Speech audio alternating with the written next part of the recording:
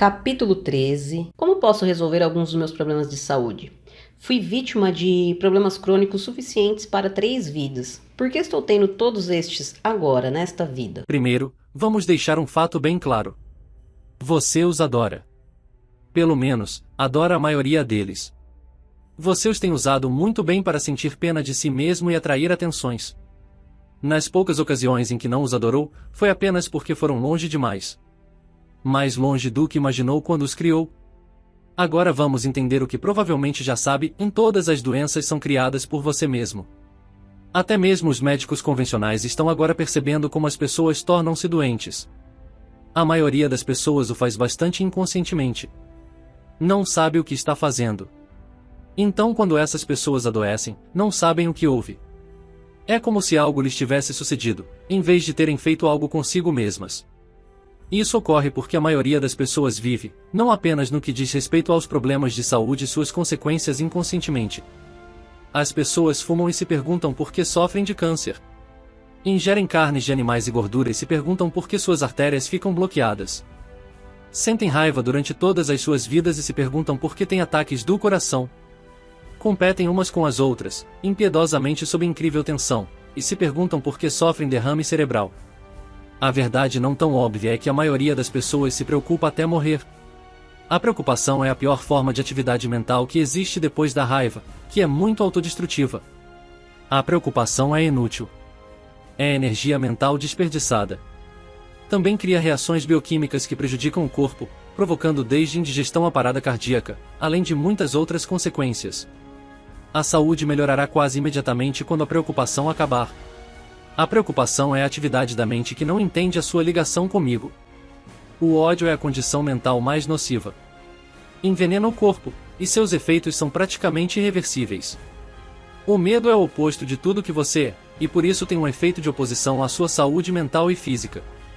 O medo é preocupação exagerada.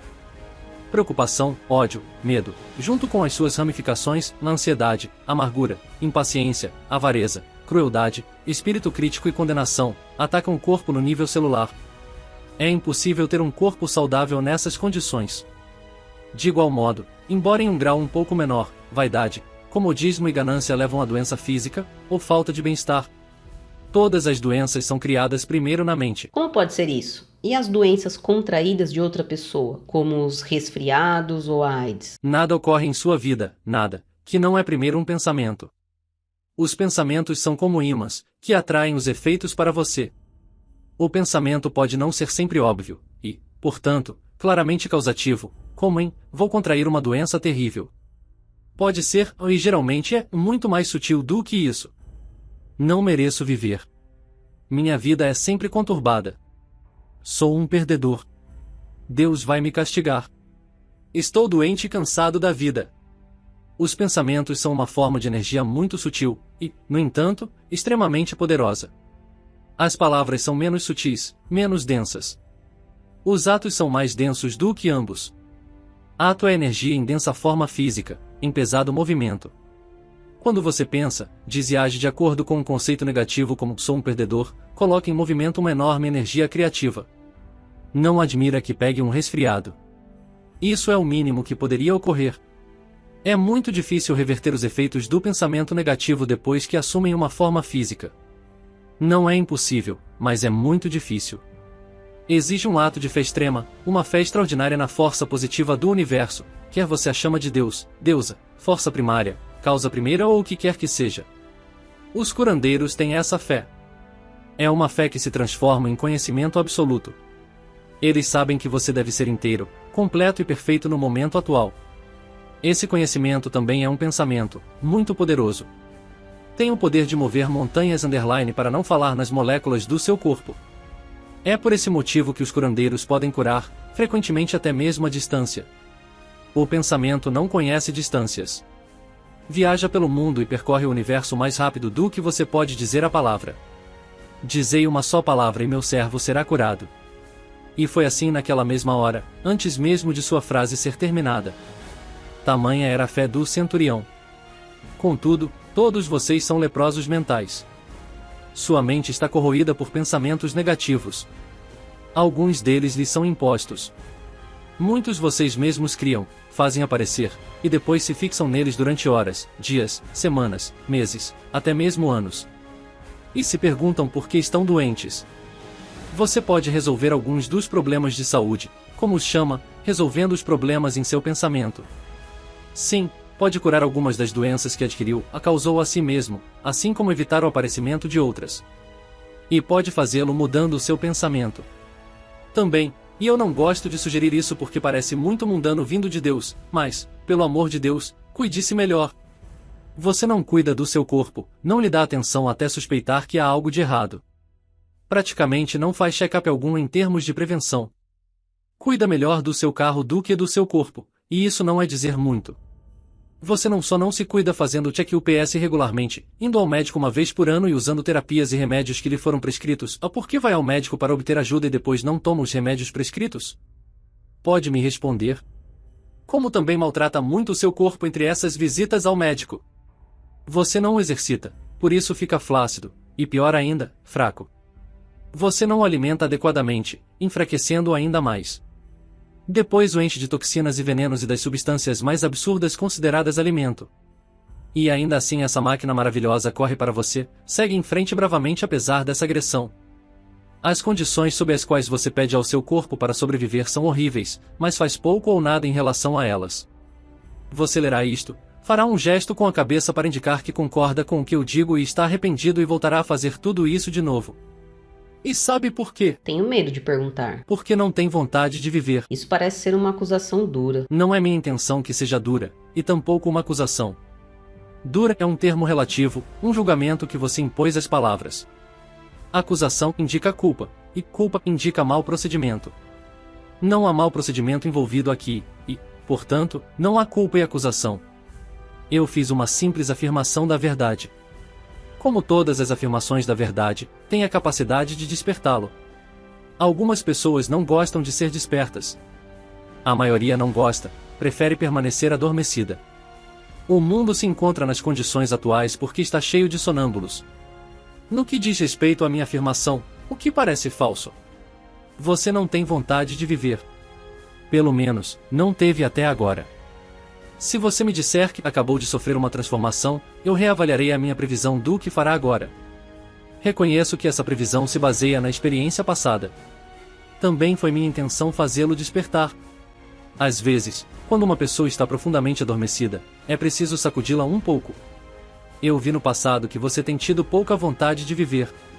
Agora pode negar isso, mas nesse caso seus atos dizem mais do que suas palavras. Se você já acendeu um cigarro em sua vida, e ainda mais se fumou um maço de cigarros por dia durante 20 anos, como fez tem pouca vontade de viver. Não se importa com o que faz com o seu corpo. Mas eu parei de fumar há 10 anos. Somente depois de 20 anos de severa punição física. E se você já colocou álcool em seu corpo, tem muito pouca vontade de viver. Eu bebo moderadamente. O corpo não foi feito para receber álcool, que debilita a manto. Mas Jesus ingeriu álcool. Ele foi ao casamento e transformou a água em vinho. Quem disse que Jesus era perfeito? Ah, pelo amor de Deus. Diga-me, está ficando aborrecido comigo? Bem, longe de mim a ideia de ficar aborrecido com Deus. Quero dizer, seria muita insolência de minha parte, não? Mas eu realmente acho que podemos levar isso um pouco mais longe. Meu pai me ensinou que tudo poderia ser feito com moderação. Creio que agia assim em relação ao álcool. O corpo pode recuperar-se mais facilmente do uso moderado. Portanto, o que seu pai disse é útil. Contudo, eu insisto na minha afirmação original, o corpo não foi feito para receber álcool. Mas até mesmo alguns remédios contêm álcool. Eu não tenho controle sobre o que vocês chamam de remédios, e insisto na minha afirmação. O senhor é realmente rígido, não? Veja bem, verdade é verdade. Agora, se alguém dissesse, um pouco de álcool não lhe fará mal, e colocasse essa afirmação no contexto da vida que você está levando, eu poderia concordar com essa pessoa, o que não muda a verdade do que eu disse. Simplesmente lhe permite ignorá-la. Contudo, considere isto, e atualmente vocês tipicamente humanos usam os seus corpos durante 50 a 80 anos. Alguns duram mais, mas não muitos. Outros param de funcionar mais cedo, mas não são a maioria. Concorda com isso? Sim. Está certo, então temos um bom ponto de partida para essa discussão. Quando eu disse que poderia concordar com a afirmação de que um pouco de álcool não lhe fará mal, qualifiquei isso acrescentando no contexto da vida que você está levando. Você percebe, as pessoas parecem satisfeitas com a vida que estão levando. Mas você pode ficar surpreso ao saber que a vida foi feita para ser levada de um modo totalmente diferente. E seu corpo foi feito para durar muito mais. Foi? Sim. Quanto mais? Infinitamente mais. O que isso significa? Significa, meu filho, que seu corpo foi feito para durar eternamente. Eternamente? Sim. Leia isto, para todo sempre. O Senhor quer dizer que não devemos morrer? Vocês nunca morrem. A vida é eterna. São imortais. Simplesmente mudam de forma. Mas nem mesmo tinham de fazer isso. Foram vocês quem decidiram que seria assim, não eu. Eu fiz corpos que durariam eternamente. Você realmente acha que o melhor que Deus poderia fazer era um corpo que duraria 60, 70 ou talvez 80 anos e depois se desintegraria? Imagina que esse é o limite da minha capacidade. Eu nunca pensei em colocar isso exatamente assim. Eu fiz o seu magnífico corpo para durar para sempre. E os primeiros de vocês realmente viveram no corpo praticamente livres de dor, e sem medo do que agora chamam de morte. Em sua mitologia religiosa, vocês simbolizam sua memória celular dessas primeiras versões humanas chamando-as de Adão e Eva. Na verdade, é claro que existiram mais de dois. No início, a ideia era vocês, almas maravilhosas, terem uma chance de conhecer os seus eus como realmente são através de experiências realizadas no corpo físico, no mundo relativo, como eu expliquei repetidamente aqui. Isso foi feito através da diminuição do ritmo intenso de todas as vibrações, a forma de pensamento, para produzir matéria, inclusive a que chamam de corpo físico. A vida evoluiu através de uma série de passos no piscar de um olho que vocês agora chamam de bilhões de anos. E nesse instante sagrado vocês vieram do mar, da água da vida, para a Terra assumir a forma que agora tem. Então, os evolucionistas estão certos. Eu acho engraçado, de fato, isso sempre me diverte. O fato de os seres humanos terem tanta necessidade de separar tudo em certo ou errado. Nunca lhes ocorre que criaram esses rótulos para ajudá-los a definir o que é relativo à matéria e seus eus. Nunca lhes ocorre, a isso só ocorre às mentes mais aguçadas, que as coisas podem ser ao mesmo tempo certas e erradas, que apenas no mundo relativo elas são certas ou erradas. No mundo do absoluto, em que o tempo não existe, todas as coisas são tudo. Não há homem e mulher, antes e depois, rápido e devagar, aqui e lá, em cima e embaixo, esquerda e direita, e certo e errado. Seus astronautas tiveram uma noção disso. Eles imaginaram que subiriam para o espaço cósmico apenas para descobrir quando chegaram lá que estavam olhando para cima, para a Terra. Ou não estavam. Talvez estivessem olhando para baixo, para a Terra.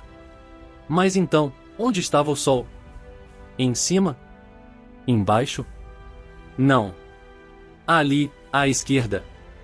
Então subitamente uma coisa não estava em cima ou embaixo, mas na lateral, e assim todas as definições desapareciam. É assim em meu mundo, nossa esfera real. Todas as definições desaparecem, tornando difícil até mesmo falar sobre essa esfera em termos definidos. A religião é a sua tentativa de falar sobre o indizível. Não se sai muito bem nisso. Não, meu filho, os evolucionistas não estão certos. Eu criei tudo, no piscar de um olho, em um instante sagrado, como disseram os criacionistas. E isso foi feito através de um processo de evolução que demorou bilhões e bilhões do que vocês chamam de anos, como dizem os evolucionistas. Ambos estão certos. Como os astronautas descobriram, tudo depende de como você vê. Mas a verdadeira pergunta é, em um instante sagrado bilhões de anos, qual é a diferença? Você pode simplesmente concordar em que em algumas das questões da vida o mistério é grande demais para você resolver? E por que não permitir ao sagrado ser sagrado, e deixá-lo em paz? Acho que todos nós temos uma necessidade insaciável de saber. Mas vocês já sabem. Eu acabei de dizer. Contudo, não querem conhecer a verdade, querem conhecer a verdade como a compreendem. Este é o maior obstáculo à iluminação. Vocês acham que já conhecem a verdade, que já compreendem qual é. Por isso concordam com tudo que veem, ouvem ou leem que está de acordo com o paradigma da sua compreensão e rejeitam tudo que não está. E chamam a isso de aprendizado, estar dispostos a aceitar ensinamentos. Vocês nunca poderão estar dispostos a aceitar ensinamentos enquanto estiverem dispostos a rejeitar tudo, exceto a sua própria verdade. Por esse motivo, este livro será considerado por alguns uma blasfêmia, obra do demônio. Contudo, aqueles que têm ouvidos para ouvir, que ouçam. Eu lhes digo que vocês não foram feitos para morrer. sua forma física foi criada como uma ótima oportunidade, um maravilhoso instrumento, um glorioso veículo que lhe permite experimentar a realidade que criou com a sua mente, conhecer o eu que criou em sua alma. A alma imagina, a mente cria, o corpo experimenta. O círculo está completo. Então a alma se conhece em sua própria experiência. Se não gosta do que está experimentando, sentindo, ou deseja por qualquer motivo uma experiência diferente, simplesmente imagina uma nova experiência do eu, e literalmente muda a sua mente. Logo o corpo se vê tendo uma nova experiência. Eu sou a ressurreição e a vida foi um ótimo exemplo. Como acha que Jesus fez isso? Ou não acredita que aconteceu? Pois acredite. Aconteceu. Contudo, a alma nunca dominará o corpo ou a mente. Eu o criei como um ser trino. Você é 3 seres em um, criado à minha imagem e semelhança. Os 3 aspectos do eu não são diferentes entre si. Cada um deles tem uma função, mas nenhuma é mais importante do que a outra, ou a precede. Todas estão correlacionadas de um modo exatamente igual. Imagine, crie, experimente. O que você imagina cria, o que cria experimenta, o que experimenta imagina. É por isso que é dito que se você puder fazer o seu corpo experimentar algo, como, por exemplo, a abundância, logo terá a sensação dela em sua alma, que a imaginará de um novo modo, a saber, abundante, dessa forma apresentando à sua mente um novo pensamento sobre isso. Do novo pensamento surge mais experiência, e o corpo começa a viver uma nova realidade como um modo de ser permanente. Seu corpo, sua mente e sua alma, seu espírito, são um só. Nisso, você é um microcosmo de mim, o todo divino, o tudo sagrado, a essência. Agora você entende por que eu sou o princípio e o fim de tudo, o alfa e o ômega.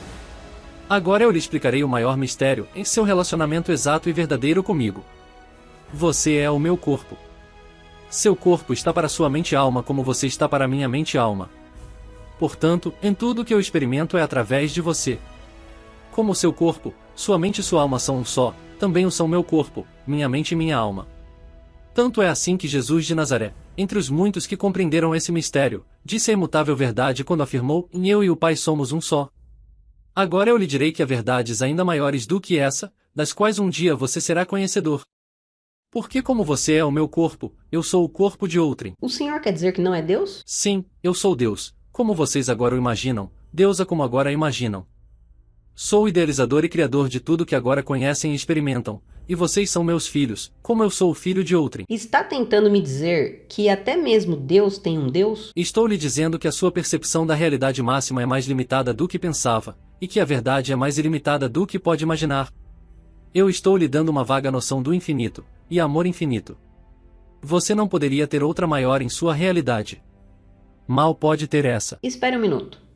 Está dizendo que eu realmente não estou falando com Deus aqui? Eu lhe disse, se você imagina Deus como seu criador e mestre, como é o criador e mestre do seu próprio corpo, eu sou o Deus da sua compreensão. E sim, está falando comigo. Está sendo uma conversa ótima, não? Ótimo ou não, eu pensei que estava conversando com o verdadeiro Deus. O Deus dos deuses. O Senhor, sabe? O chefe. Você está. Acredite em mim. E no entanto está me dizendo que alguém é acima do Senhor nessa hierarquia. Agora estamos tentando fazer o impossível, que é falar sobre o indizível. Como eu já disse, é o que a sua religião tenta fazer. Deixe-me ver se encontro um modo de resumir isso. Para sempre é mais do que você imagina. Eterno é mais do que para sempre. Deus é mais do que você imagina. Imaginar é mais do que Deus. Deus é a energia que chama de imaginação, é criação, primeiro pensamento. E Deus é a última experiência, e tudo no meio. Você já olhou através de um microscópio potente, ou assistiu a filmes sobre ação molecular, e disse, há todo um universo lá. E para esse universo eu, o observador, devo parecer Deus. Já disse isso, ou teve esse tipo de experiência? Sim, acho que todas as pessoas tiveram. De fato. E você teve por si mesmo uma vaga noção do que eu estou lhe mostrando aqui. E o que faria se eu lhe dissesse que essa realidade, da qual teve uma noção, nunca termina? Eu lhe pediria para explicar isso. Pegue a menor parte do universo que pode imaginar. Imagine essa partícula de matéria. Tá bem. Agora corte-a ao meio. Está bem. O que você tem? 2 metades menores. Exatamente. Agora faça isso de novo. O que você tem? 2 metades ainda menores. Certo. Agora continue. O que tem? Partes cada vez menores. Sim, mas isso não para. Quantas vezes pode dividir a matéria até que ela deixe de existir? Eu não sei. Acho que nunca deixa de existir. Quer dizer que nunca pode destruí-la totalmente? Tudo o que pode fazer é mudar a sua forma. Parece que sim. Eu lhe digo que você acabou de descobrir o segredo de toda a vida, e de ver o infinito. Agora tenho uma pergunta para lhe fazer. Sim. O que o faz achar que o infinito segue uma única direção? Então não há fim para cima como não há para baixo. Não há em cima ou embaixo, mas eu entendo o que quer dizer. Mas se não há fim para a pequenez, também não há para a grandeza. Correto. Mas se não há fim para a grandeza, então não existe o maior. Isso significa, no sentido mais amplo, que não existe Deus. Ou que talvez tudo é Deus, e não existe mais nada. Eu lhe digo que eu sou o que sou. E você é o que é. Não pode não ser. Pode mudar tudo o que deseja, mas não pode deixar de ser. Contudo, pode não saber quem é, e por esse motivo, experimentar apenas a metade do que é. Isso seria o inferno. Exatamente. Mas você não está condenado ao inferno para todo sempre. Tudo o que é preciso para sair de lá, para livrar-se dessa falta de conhecimento, é conhecer novamente. Você pode fazer isso de muitos modos, e em muitos lugares há dimensões. Está em uma dessas dimensões agora, que se chama, em sua interpretação, a terceira dimensão. E há muitas mais? Eu não lhe disse que em meu reino há muitas moradas? Não teria dito isso se não houvesse. Então o inferno não existe. Quero dizer, não há um lugar ou uma dimensão aos quais estamos eternamente condenados. Qual seria o objetivo disso? Contudo, você está sempre limitado por seu conhecimento porque você é um ser que criou a si próprio, como eu me criei. Você não pode ser o que não sabe que o seu eu é. É por isso que lhe foi dada essa vida, para que pudesse conhecer a si próprio experimentalmente. Então poderá imaginar-se como quem realmente é, e criar-se como tal em sua experiência, e o círculo estará novamente completo, só que maior. Portanto, você está passando pelo processo de crescimento ou, como eu disse em todo este livro, de tornar-se. Não há limite para o que pode tornar-se. Quer dizer que posso até mesmo tornar-me, ouso dizer, um Deus como Senhor? O que você acha? Não sei. Enquanto não souber, não poderá. Lembre-se do triângulo, da Santíssima Trindade em espírito, mente e corpo. Imaginar, criar, experimentar. Lembre-se, usando a sua simbologia, de que em Espírito Santo igual inspiração igual imaginar. Pai igual fonte igual criar. Filho igual fruto igual experimentar. O Filho experimenta a criação do pensamento, que provém do Espírito Santo. Você pode imaginar-se como sendo um dia um Deus? Em meus momentos de maior insensatez. Ótimo, porque eu lhe digo que já é um Deus. Só que não sabe. Eu não disse, vocês são deuses?